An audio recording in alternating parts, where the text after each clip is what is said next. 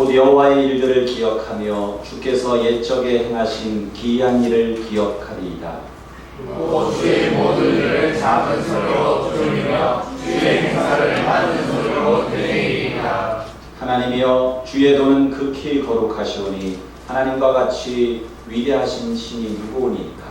주는 기이한 일을 행하신 하나님이시라. 민족들 중에 주의 능력을 알리시고 주의 팔로 주의 백성 곧 야곱과 요셉의 자손을 속량하셨나이다. 하나님이여 물들이 주를 보았나이다. 물들이 주를 보고 두려워하며 기쁨도 진동하였고 구름이 물을 쏟고 홍창이 소리를 내며 주의 화살도 날아갔나이다. 여기 바람 중에 주의 노랫소리가 있으며 거기가 세계를 주며 땅이 흔들리고 움직였나이다. 주의 길이 바다에 있었고 주의 고든 길이 큰 물에 있었으나 주의 발자취를 알 수 없었나이다. 주의 백성을 함께같이 모세와 아론의 손으로 인도하셨나이다. 아멘. 우리가 살아가다 보면 누구나 다 한 번쯤은 홍해와 같은 홍해 앞에 서는 것과 같은 그런 경험을 할 때가 있습니다. 앞이 막혀 있고 뒤에는 애국 군대가 추격해 오고 있고 그리고 좌우도 갈 수 있는 길이 아닙니다. 사면 초과 어찌 해볼 수 없는 그런 상황 가운데에 처할 때가 있죠. 어떤 분에게는 건강의 홍해가 놓여 있습니다. 병원에서 들려온 진단 결과 앞에서 앞이 캄캄해지고 밤새 눈물을 흘릴 수밖에 없는 그런 상황 가운데 처하신 분이 있습니다. 어떤 분은 경제의 홍해에 놓여 있습니다. 사업은 어려워지고 물가는 오르는데 운영비도 나오지 않고 자녀들을 어떻게 교육해야 하지 하는 그 생각에 밤잠을 설칩니다. 어떤 분에게는 관계의 홍해가 있습니다. 가장 사랑하는 사람에게 상처를 받고 또 가족 안에 갈등이 생기고 심지어 교회 안에서도 사람 때문에 마음이 무너집니다. 또 어떤 분은 미래에 대한 불안의 홍해가 놓여 있습니다.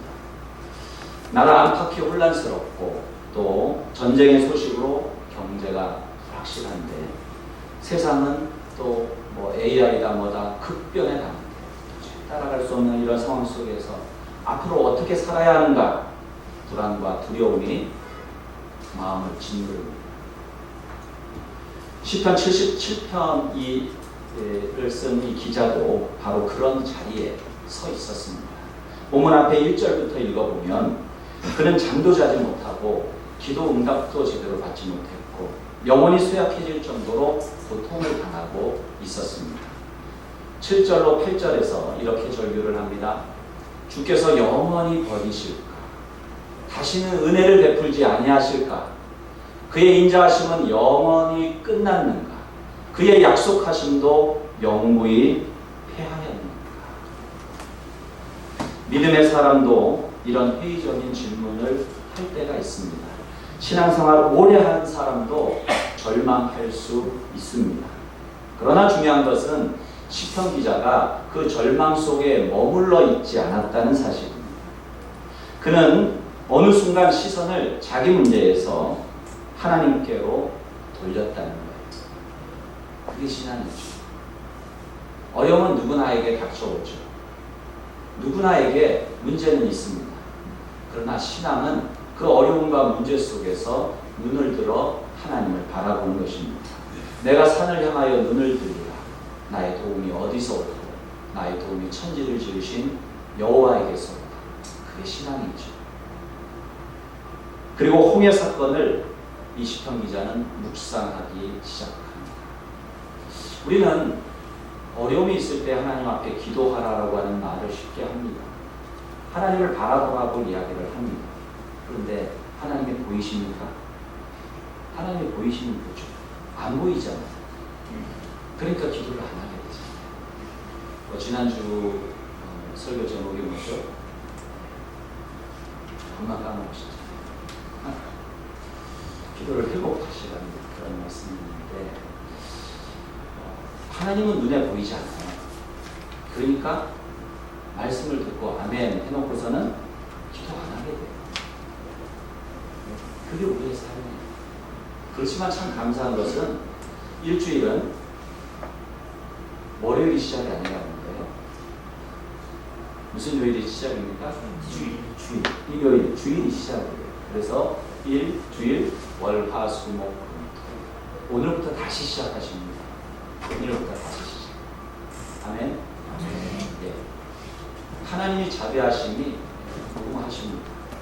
오늘 하나님께서 우리에게 또 은혜를 주셨습니다. 또 우리에게 선물로 이 하루를 주셨습니다.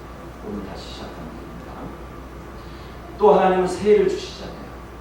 그래서 새해는 새롭게 시작해봐 이런 뜻이잖아요. 그래서 새해 다시 시작할 수 있는 은혜를 하나님이 주십니다. 오늘 여러분에게 다시 시작할 수 있는 은혜가 있기를 바랍니다. 그런데 다시 시작하려면요, 보이지 않는 하나님 앞에 우리가 왜 기도하지 않느냐? 보이지 않기 때문에 어찌 보면 당연해요. 그래서 하나님께서 주신 것이 뭐예요? 하나님의 말씀, 성경이에요. 여러분, 성경 속에는 하나님이 나타나 있어요. 성경 속에는 하나님의 약속이 나타나 있어요. 성경을 보면 하나님을 알 수가 있어요. 눈에 보이지 않는 하나님을 우리가 어떻게 압니까? 성경에 나와 있는 사건 속에서, 이야기 속에서, 고백 속에서 우리는 하나님을 발견하게 되는 거예요. 그래서 하나님께 눈을 든다 했을 때에 이 중간에 들어가야 될 것이 무엇이냐? 말씀을 묵상합니다. 지금 오늘 시편 기자는 바로 그것을 한 거예요. 그 묵상 속에서 어려움을 이기게 하시는 하나님을 발견하고 힘을 얻었던 것입니다. 근데 우리가 신앙생활을 오래 했다 하면서도요, 이거를 못해요.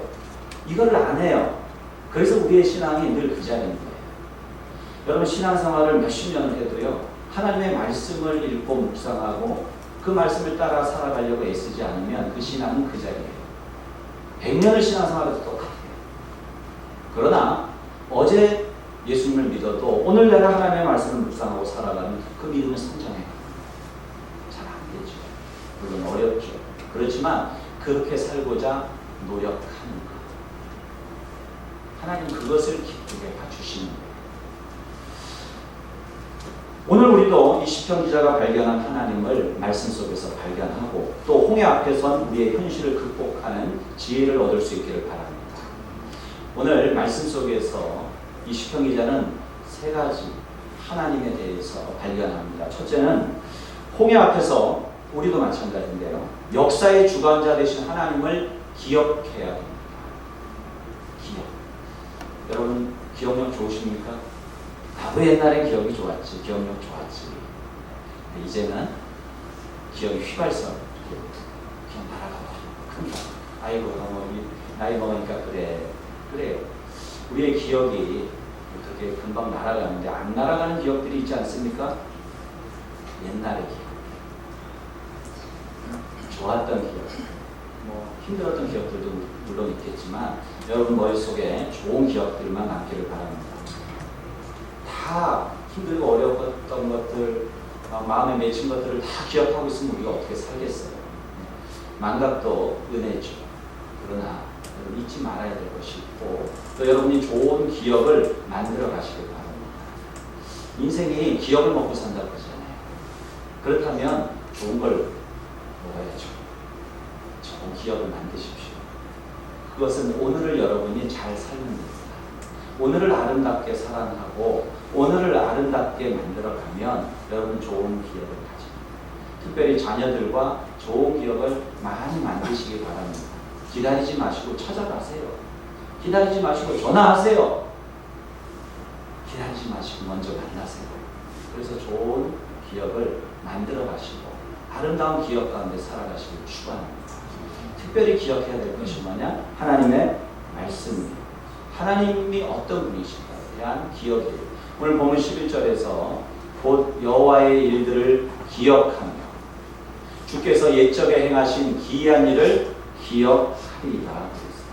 시편 기자는 홍해가 앞에 가로막혀 있고 또 추격하는 군병들이 뒤에서 쫓아오는 그런 것과 같은 환경 속에서 하나님의 말씀을 묵상하면서 이 하나님의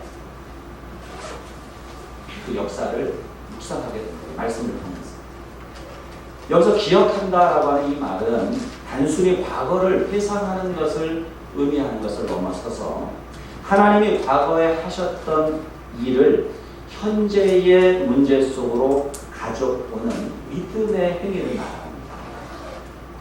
여러분, 묵상이라고 하는 말이 오늘 본문의 단어에도 나오지만요, 읊조린다는 뜻이 원어적으로는 읊조린다. 여러분, 성경을 읽으실 때에 어떻게 읽으십니까? 눈으로 읽으십니까?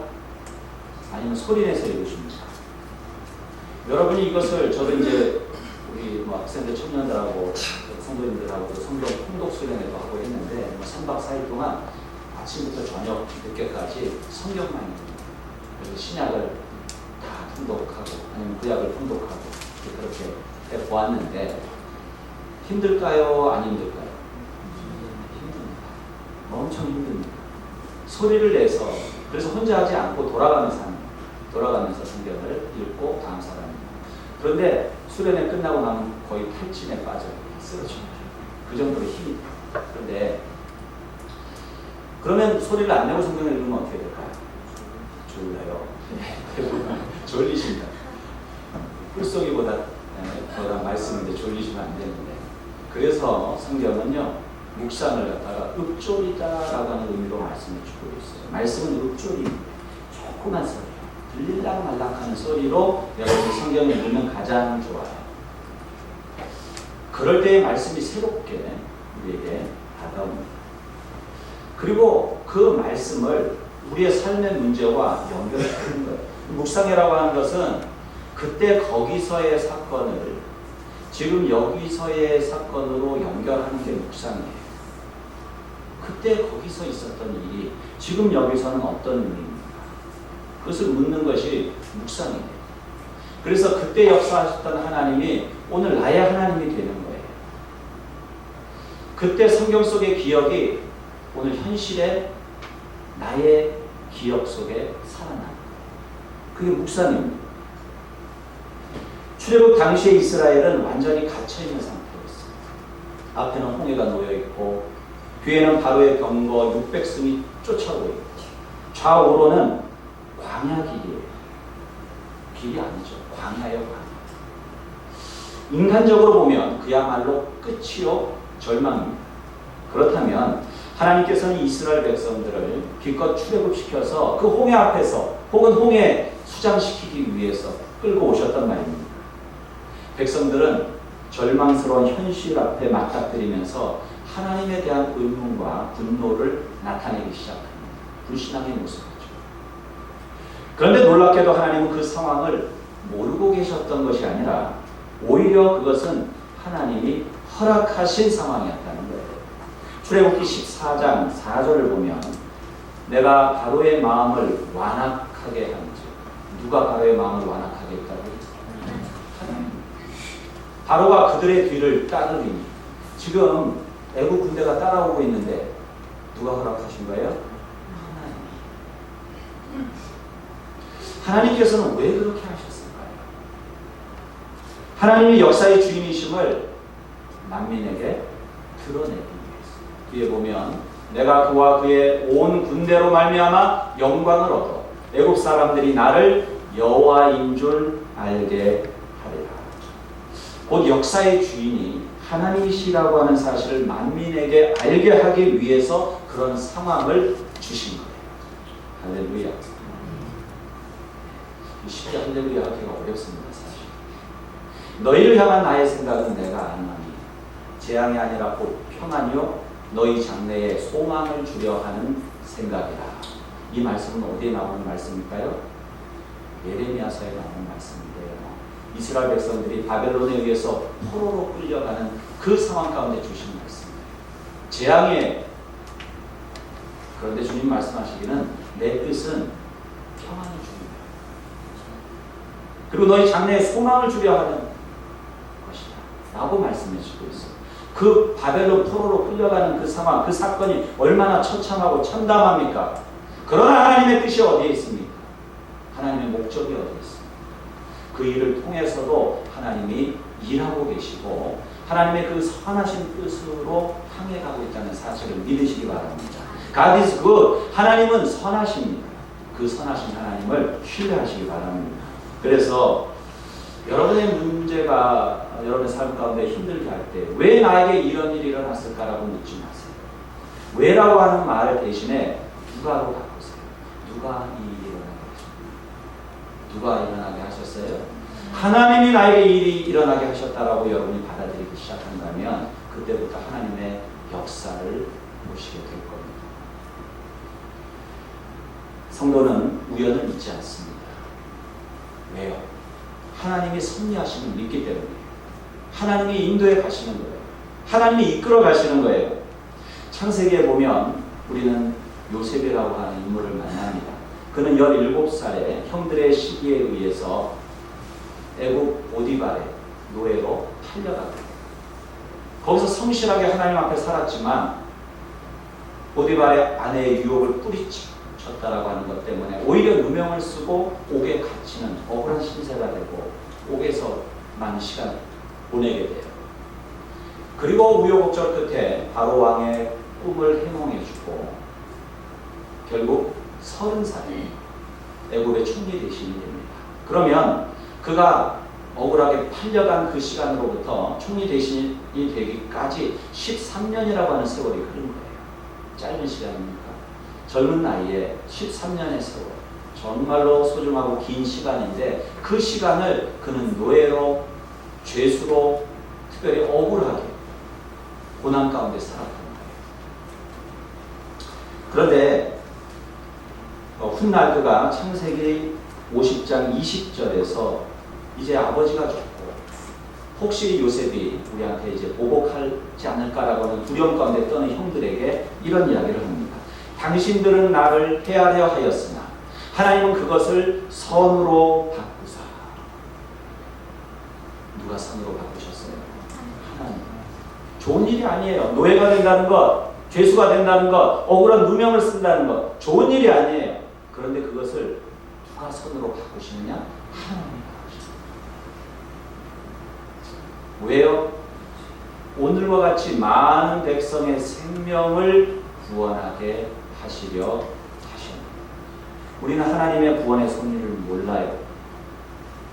우리가 보고 느끼는 것은 당장 앞에 있는 일들일 것입니다. 그러나 형들은 그렇게 죄를 지었고 사건을 만들었지만 하나님은 그것을 선으로 바꾸시고 구원하는 역사로 만들어 주셨던 것입니다. 오늘 여러분의 삶에도 설명되지 않고 이해되지 않는 일들이 있습니까? 기도해도 응답되지 않는 것 같은 일들이 있으십니까? 그러나 그럴 때도 선하신 하나님 여전히 역사하고 계심을 믿으시기 바랍니다. 이것을 사도 바울은 로마서 8장 28절에서 이렇게 고백을 했어요. 하나님을 우리가 알거냐 하나님을 사랑하는 자 곧 그의 뜻대로 부르심을 입은 자들에게는 모든 것이 합력하여 선을 이루느니라. 여기서 모든 것은요 좋은 것만을 말하지 않아요. 성공만이 아니라 실패도 포함합니다. 난만을 말하는 것이 아니라 밤도 캄캄한 밤도 포함하고 있는 거예요. 쨍쨍 해 뜨는 날만이 아니라 바람 불고 비 오는 날도 포함하는 거예요. 그것이 합쳐져서 하루를 만들고 일주일을 만들고 한 달을 만들고 우리의 인생을 만드는 거예요. 우리의 고통과 실패와 좌절도 하나님의 손 안에서 함께 일하면서 하나님의 뜻을 이루어 드리는 것입니다. 어거스틴이 이것을 수 놓는 것에 비유를 했어요. 술을 놓으시는 분들은 잘 아실 거예요. 수가 얼마나 예쁩니까? 어떻게 실로 그렇게 예쁘게 만들까 참 싶은데 그 수, 아름다운 수의 뒷면을 보게 되면 어떤가요? 여러 실들이 서로 얽혀 있고 질서가 없는 것 같기도 하고 어떤 분들은 그렇게 되어 있어요. 그렇지만 앞을 보면 아름다운 색채와 조화로움에 우리가 감탄을 금할 필요 없죠. 하나님이 역사를 움직이신다라고 하는 것은 믿는 사람으로서 우리는 그 혼잡을 뚫고 아름다운 하나님의 그림을 보는 거예요. 지금은 이해할 수 없지만 지금은 알 수 없지만 God is good. 하나님이 선하세요. 내 앞에 있는 이 악한 듯한 어려운 이 일들을 통해서도 하나님은 구원의 역사를 이루어 가신다는 사실을 믿으시기 바랍니다. 홍해 앞에 서신 성도 여러분, 역사의 주관자이신 하나님께서 여러분의 인생을 주관하고 계시는 믿고 나아가시기를 축원합니다. 홍해 앞에서 우리는 둘째로 권능의 하나님을 발견해야 합니다. 본문 16절부터 시편 기자는 홍해 장면을 생생하게 묘사를 합니다. 물들이 떨고 기품이 진동하고 천둥과 번개가 울립니다. 그리고 19절에 보면 주의 길이 바다에 있었고 주의 보던 길이 큰 물에 있었으나 주의 발자취를 알 수 없었나이다 그랬습니다. 여러분 이 19절이 어찌 보면 77편의 핵심 구절이라고 볼 수가 있어요. 보통 길은 어디에 있습니까? 땅에 있어요. 그런데 하나님의 길은 바다 위에도 있고 바다 아래에도 있을 수 있어요. 사람들이 절망이라고 생각하는 곳에 하나님의 길이 있습니다. 인간의 절망은 하나님의 소망의 시작이에요. 우리의 문제도 그렇습니다. 우리는 늘 여기에는 길이 없습니다라고 말하며 절망합니다. 그런데 하나님은 말씀하십니다. 내 길은 네가 생각하지 못하는 곳입니다. 하나님은 사막에 길을 내시고 강을 내시는 분이세요. 누가 그렇게 할 수 있을까요? 홍해는 길이 없는 곳이고 길이 끊긴 곳이면 틀림없습니다. 그러나 하나님께는 길이 있는 곳이에요. 교만과 오만으로 가득 찬 애굽의 군대를 심판하기 위해서 권능의 하나님께서 홍해의 물을 사용하시는 거예요. 이게 참 아이러니해요. 애굽 이집트는 고대 4대 문명 가운데 하나죠. 나일강의 물을 통해서 그들은 풍요를 얻었어요. 그들에게 풍요를 주었고 그들에게 희망을 주었고 번영을 주었던 그 물을 통해서 하나님은 그들의 잘 나가는 그 기병들을 완전히 그런 것을 물에 수장시키십니다. 그들에게 재앙이 되게 하시고 파멸이 되게 하십니다. 여러분 하나님은 그런 분이세요. 희망을 절망으로도 바꿀 수 있고 절망을 소망으로도 바꿀 수 있는 분이세요. 희망과 생명의 시작이 되게 하시는 권능의 하나님, 우리의 악한 상황도 바꾸어서 하나님의 섭리를 통하여서 구원의 역사를 일으키시는 권능의 하나님을 믿으시기 바랍니다. 시편 기자는 이 홍해의 사건을 묵상하면서 그 하나님을 발견하는 거예요. 사랑하는 성도 여러분, 오늘 내 상식과 경험으로는 불가능하게 여겨지는 일 때문에 낙심하고 계시지는 않습니까? 오늘 우리 앞에 열린 길은 절망의 길이 아니라 절망처럼 보이는 길이에요. 아멘. 여러분 절망의 길이다라고 하는 것과 절망처럼 보이는 길은 다른 거예요. 절망처럼 보이지만 그 길은 하나님의 길의 시작이에요. 권능의 하나님을 만날 수 있는 기회의 시간이 온 거예요. 주님께서 예배하신 생명의 길임을 믿으시기 바랍니다. 홍해 앞에 절망하기보다 하나님의 권능을 깊이 묵상하심으로 새 생명의 소망을 갖고 일어서는 성도들 되시길 축원합니다.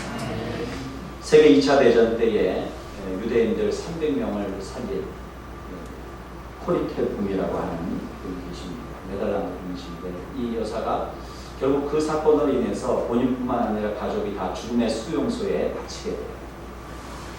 그런데 그 수용소에서 아버지가 죽고 큰언니가 죽게 돼요.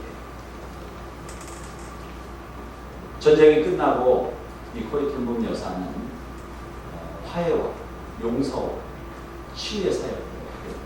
크리스찬으로서 그는 사람들을 살리는 일을 했을 뿐인데 그것 때문에 자기 가족이 죽은 거죠. 그것 때문에 엄청난 고난을 당했죠. 그래서 자기에게 닥친 그 비극들을 바라보면서 크리스찬임에도 불구하고 이해할 수 없었고 받아들이기 어려운 부분들이 있었는데 그러나 하나님이 그녀를 치유와 화해와 또 용서의 도구로 사용하실 때에 그냥 깨닫게 된 거예요. 자기가 느꼈던 그 고난과 그 아픔과 그 슬픔 때문에 그녀는 많은 사람들을 위로해 줄 수 있고 화해해 줄 수 있고 치유해 줄 수 있는 그러한 주님 앞에 쓰임받는 자가 된 것이죠. 하나님은 절망을 재료로 희망을 만드신 분이십니다. 십자가가 바로 그 증거 아닙니까? 십자가가 뭐예요? 하나님의 하나밖에 없는 아들이 그 십자가에서 못에 박혀 창에 찔려 물바퀴를 다 쏟고 죽은 사형 형틀 아닙니까? 고난이요, 수치요, 핍박이 그 가운데 함께하는 곳, 그것이 바로 십자가예요. 사람들은 십자가를 바라보며 실패라고 하였지만 하나님은 그 십자가를 통해서 구원을 이루셨습니다. 죽음이 생명의 부활이 되었고 패배의 울음이 승리의 환호성이 되었습니다. 사랑하는 성도 여러분, 혹시 지금 이 문제는 안 되겠다, 모든 게 끝났다라고 생각하고 계십니까? 하나님께는 안 되는 것이 없습니다. 안 되는 것이 딱 하나가 있어요. 안 되는 것이 안 되는 게 안 되는 거예요. 하나님 그게 안 되세요. 안 되는 게 안 되세요. 죄송합니다. 하나님께는 끝이 없어요. 하나님께는 능치 못함이 없어요. 그래서 우리가 하나님의 전지전능이라고 말하죠. 권능의 하나님이 함께 하실 때에 홍해가 갈라질 수 있습니다. 아니, 홍해 위를 걷게가 하시는 분이 그분이신 거예요. 사도 바울은 로마서 4장 17절에서 아브라함의 하나님에 대해서 이렇게 이야기합니다. 그가 믿은 바 하나님은 죽은 자를 살리시며 없는 것을 있는 것으로 부르시는 이십니다. 사랑하는 성도 여러분, 홍해 앞에 서 계시다면 여러분이 믿는 하나님은 어떤 분이신가를 한번 묵상해 보시기 바랍니다. 죽은 자를 살리시고 없는 것을 있는 것으로 부르시는 전능하신 하나님을 믿으심으로 여러분의 홍해를 하나님의 권능을 경험하는 기회로 삼으시기를 주의 이름으로 축복합니다. 홍해 앞에서 우리는 셋째, 목자 되신 하나님을 신뢰해야 합니다. 본문 20절은요, 놀랍게도 목자와 관련된 내용이 나와요. 주의 백성을 양떼같이 모세와 아론의 손으로 인도하셨나이다. 지금까지 무슨 얘기하고 있었어요? 홍해 이야기하고 있었잖아요. 그런데 갑자기 뜬금없이 20절에 와서 목자의 이야기로, 양떼의 이야기로 바뀌고 있어요. 여러분 성경을 읽다 보면 좀 이해가 안 되는 부분들이 있는데요. 그 부분이 은혜 포인트예요. 거기다가 여러분은 별꽃땡, 돼지꼬리 짱하고 이렇게 하셔야 돼요. 여기에 하나님의 은혜가 있어요. 왜 갑자기 뜬금없이 이 목자의 이야기로 연결되는가?